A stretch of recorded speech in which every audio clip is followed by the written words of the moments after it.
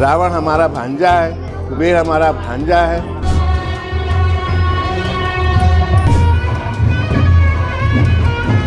भारत समेत दुनिया के कई इलाकों में दशहरे पर भले ही जगह जगह रावण के पुतले जलाए जाने की परंपरा हो, लेकिन संगम नगरी प्रयागराज में दशहरा उत्सव की शुरुआत रावण की पूजा अर्चना और भव्य शोभा यात्रा के साथ होती है।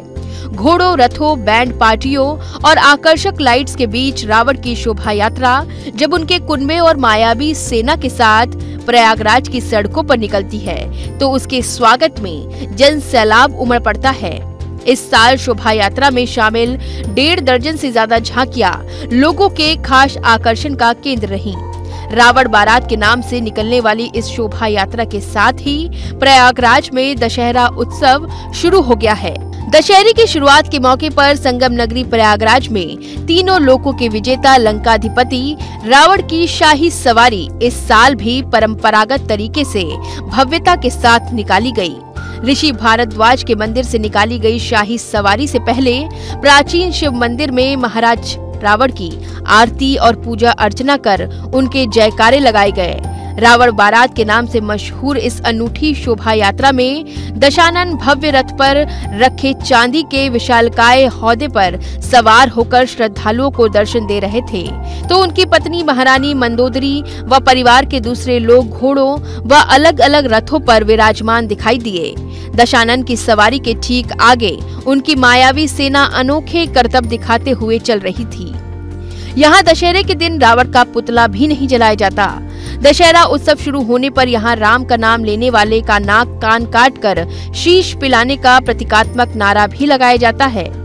शोभा यात्रा से पहले रावण को घंटों सजाया जाता है। यही वजह है कि यहाँ रावण बनने वाले कलाकार खुद को बेहद भाग्यशाली मानते हैं। ऐसे में अब ये भी जान लेते हैं कि यहाँ रावण की पूजा क्यों की जाती है और उसका पुतला क्यों नहीं जलाया जाता है। अब ये हमारे पूर्वजों की देन है। 5वीं 6वीं पीढ़ी के हम लोग हैं, उस हिसाब से आप अंदाज लगा लीजिए। और ये सैकड़ों वर्षों से ये जो दस्तावेज है, जो गजेटियर है, जो पब्लिक लाइब्रेरी में मिल जाएगा, 100-150 साल वर्ष पुराना है। और ये बहुत पहले परंपरागत तरीके से हम लोग निकालते थे। आज ये बहुत ही बड़ी विशालता के साथ निकलता है। पहले थोड़ा कम था क्योंकि उस समय के हिसाब से। आज पूरी भव्यता से और पूरी महानता से निकलती है। ये हमारी बहुत गौरवशाली परंपरा है। रावण हमारा भांजा है, कुबेर हमारा भांजा है। कुबेर जो है विशर्वा की पहली ऋषि कुल की लड़की से शादी हुई थी, उससे हुए थे। और एक राक्षसी से शादी दोबारा हुई जब विशर्वा की, उससे कुंभकर्ण हुए और आपके विभीषण हुए, मेघनाथ हुए और ये सुपनखा हुई। ये सारे लोग उस कुल के।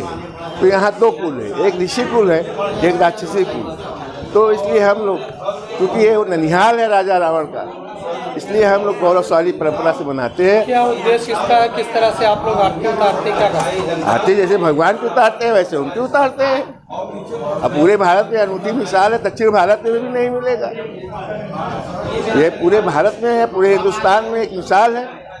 और ये कहीं, मैं समझता हूँ कहीं नहीं होता है। बहुत जगह के लोग ब्रीफिंग किए हैं हमसे, दिल्ली के या तमाम जगह के, लेकिन कहीं निकलता नहीं। तो ये हमारी गौरवशाली परंपरा है, अनूठी परंपरा है। ये सब हमारे भांजे हैं जो आज निकलेंगे। इसलिए ये जो हमारे मुनि भरद्वाज जी हैं, उनकी पुत्री ब्याही थी, तो उनके सम्मान में भी ये है गौरवशाली परंपरा। 1.5 दशक के करीब निकली इस झांकियों को देखने के लिए प्रयागराज की सड़कों पर इतनी भीड़ उमड़ती है कि कहीं तिल रखने की भी जगह नहीं रही। इस अनूठी शोभा यात्रा और परंपरा को देखने के लिए देश के कोने कोने से श्रद्धालु यहाँ पहुँचते हैं। हम लोगों को इस चौकी का, भव्य चौकी का इंतजार रहता है। रावण की चौकी का पूरे साल इंतजार करते हैं। हाथी, घोड़ा, बाजे गादी के साथ निकलते हैं रावण की चौकी। हम बच्चे सब इंतजार करते हैं पूरे साल। बता दें कि रावण की ये बारात प्रयागराज की श्री कटरा रामलीला कमेटी द्वारा मुनि भरद्वाज के आश्रम से निकाली जाती है। रावण की इस अनूठी व भव्य बारात के साथ ही प्रयागराज में दशहरा उत्सव की शुरुआत हो जाती है, जबकि देश के दूसरे हिस्सों में दशहरे की शुरुआत नवरात्रि से होती है, लेकिन संगम नगरी प्रयागराज में दशहरा उत्सव पितृ पक्ष में ही शुरू हो जाता है।